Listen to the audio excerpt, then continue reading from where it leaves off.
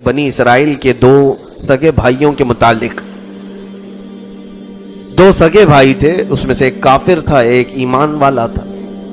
ایک اللہ کی عبادت کرتا تھا صبح شام، اور دوسرا تھا کہ وہ بتوں کی پوجا کرتا تھا. لیکن دونوں کے مال میں بڑا فرق تھا. یہ بہت عبرت والی چیز ہے. دونوں مچھلیاں پکڑنے کا کام کرتے تھے. مچھلیاں پکڑنے کے لیے جب سمندر میں جال ڈالتے، اس کافر کی جال میں سینکڑوں مچھلیاں آتی تھی اور اس مومن کی جال میں ایک یا دو مچھلیاں آتی تھی. کبھی جال میں مچھلی نہیں آتی. وہی دو مچھلی لے کر کے شام میں بیچ کر گھر آتا تو کبھی 1 درہم ملتا تھا، کبھی آدھا درہم ملتا، اور اس کے ہاں سینکڑوں درہم. گھر بھی عالی شان، اور اس کے ہاں کھانوں کے طرح طرح طبق سجتے تھے، اور یہ فاقہ کشی میں زندگی گزارتا تھا. ایمان والا تھا. بہت سارے لوگ کہتے ہیں نا، ہم تو نماز پڑھتے ہیں پھر بھی ہمارے پاس کچھ بھی نہیں ہے. کیا تم نماز کچھ بھی حاصل کرنے کے لیے پڑھتے ہو یا اللہ کی رضا کے لیے پڑھتے ہو؟ اگر تمہارے دل میں یہ ہے کہ میں نماز اس لیے پڑھ رہا ہوں کہ مالدار ہو جاؤں، تو پھر تم تو سودا کرنے کے لیے آ رہے ہو. عزیزان گرامی، رب تبارک و تعالیٰ دے تو بھی اس کے لیے سجدہ ہے، نہ دے تو بھی اسی کی عبادت ہے. ہم نے کہا لا الہ الا اللہ، اللہ کے سوا کوئی معبود نہیں.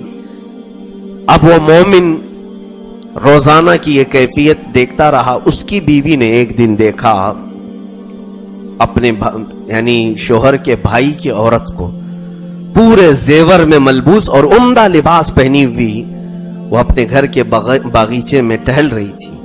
اس کو بڑی حسرت ہوئی، اور اس کے جسم پر پھٹے پرانے کپڑے تھے، کچھ بھی نہیں تھا.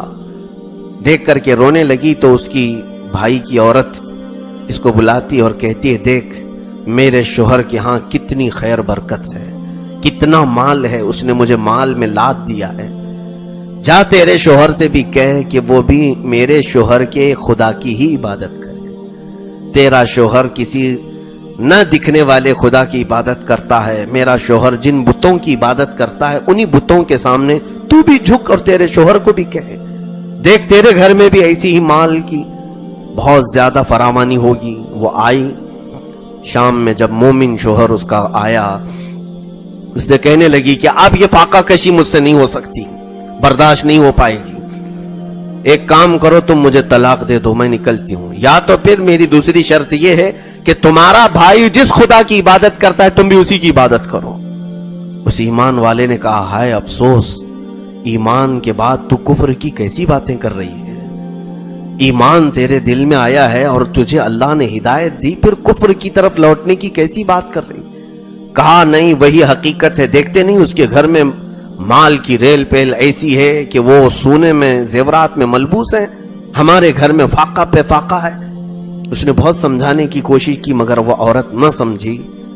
آخر میں اس نے ایک وعدہ کیا کہ دیکھ میں کل سے دوسری مزدوری کروں گا، کام کاج کروں گا، کوئی نہ کوئی محنت مزدوری کر کے روزانہ تجھے 2 درہم دے دیا کروں گا، جس سے تو اچھے کپڑے پہن لے اور کھانا پانی جیسا تجھے پسند ہے.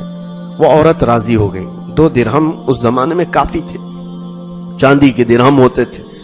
دوسرے دن یہ شخص آیا، بنی اسرائیل کا، اسرائیلی مومن تھا. یہ موسیٰ علیہ السلام پر ایمان رکھتا تھا. یہ مزدوری کے لیے پورے شہر میں چکر لگاتا رہا، کوئی اس کو اپنی مزدوری پہ نہیں رکھا، کوئی کام پہ نہیں رکھا کہ نہیں ہمارے پاس کام نہیں. یہ ایمان والوں کی آزمائش. جب کوئی حلال کھانا چاہے تو وہ سخت ترین لمحات سے بھی گزارا جاتا ہے، اور جتنا صبر کرو گے اتنے مقامات بلند ہوتے جائیں گے. یہ ڈھونڈتا رہا، مزدوری کہیں نہیں ملی. ایسے حالات ہم میں سے بہتوں کے ساتھ ہوتے ہیں میرے عزیزوں. ہم نے دیکھا ہے کچھ بچے حرام چھوڑ کر کے آئے، نہیں ہمیں حرام نہیں کھانا ہے، نہ یہ حرام کمانا ہے، تو آئے نمازوں کی پابندی کرنے لگے، سنتوں پر اپنانے لگے. تو جیسے ہی ان کے اندر یہ تبدیلی آئی تو پھر کسی کمپنی نے انہیں جاب بھی نہیں دیا. وہ ادھر ادھر گھومتے رہے. پھر ہمارے پاس آئے، کہا کہ ہم نمازوں کی پابندی کر رہے ہیں آپ کے کہنے سے، داڑھی رکھ لیا لیکن اب کہیں جاب ہی نہیں ملتی.